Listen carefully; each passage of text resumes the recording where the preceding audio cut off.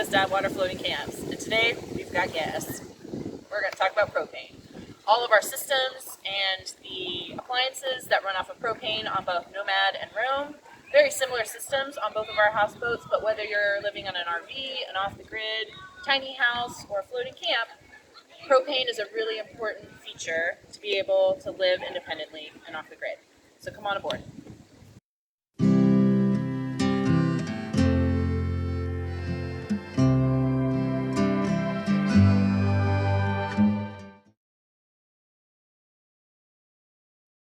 So on Nomad we have two 40-pound propane tanks. Typically to check the levels, I lift this little flap here, but to show you more clearly on the video, this cover comes completely off. Two 40-pound canisters to the deck. This little indicator here is what I'm looking at. So when it turns to red, that means whichever the supply is pointed to is the low tank. It automatically switches over to the backup tank, and then I know to flip this over for this to be the main supply tank, and I take this one off and go refill.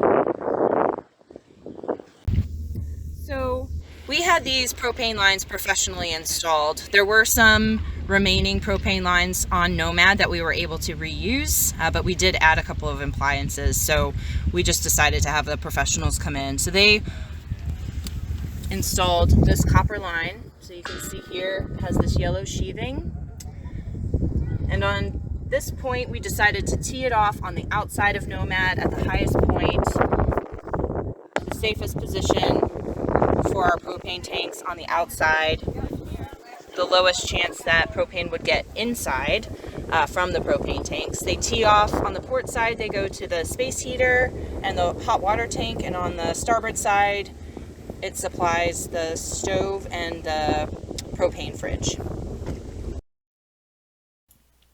So for safety with propane lines, you want to keep those supply lines on the exterior of your living space to the max extent possible. So you can see the single supply line coming in, and then it tees off. Tees to the aft to supply the stove and oven, and tees forward to supply the fridge, the propane fridge. And you'll notice those blue valves, shut-off valves. For an added line of safety, we can shut off the supply line to either or both appliances when they're not in use. And speaking of other appliances, I have two others that are supplied by propane on the boat, the Stickinson propane heater and a hot water tank. They both have their own shut-off valves to be able to isolate the propane supply.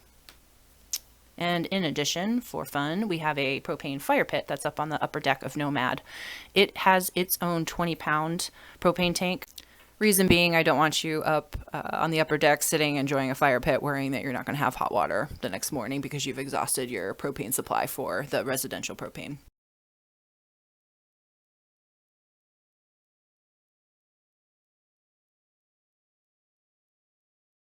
So on Rome, we have two 20-pound propane tanks hidden underneath this cabinet here. A similar system, two tanks hooked up. We have the selected tank, and this is reading green. We have two pressure gauges also to help identify the levels of the propane tank, just to keep me aware. When this turns red, I know to switch it to the backup tank, take this one off, and either refill it or replace it. We have here exterior to the boat solenoid control valve, just an added safety feature that's actually required. The control switch for that solenoid valve is inside Rome on our control panel here, and it's essentially the main shut-off or turn on for the gas supply for all of the appliances on Rome. So this yellow line is the gas supply to both the stovetop in the kitchen and the cozy cabin heater. This blue valve is typically in the off position. That perpendicular position cuts off the flow of gas. When you want to use either the stove or the oven, you need to turn the blue valve into the inline position that allows the flow of gas to go through.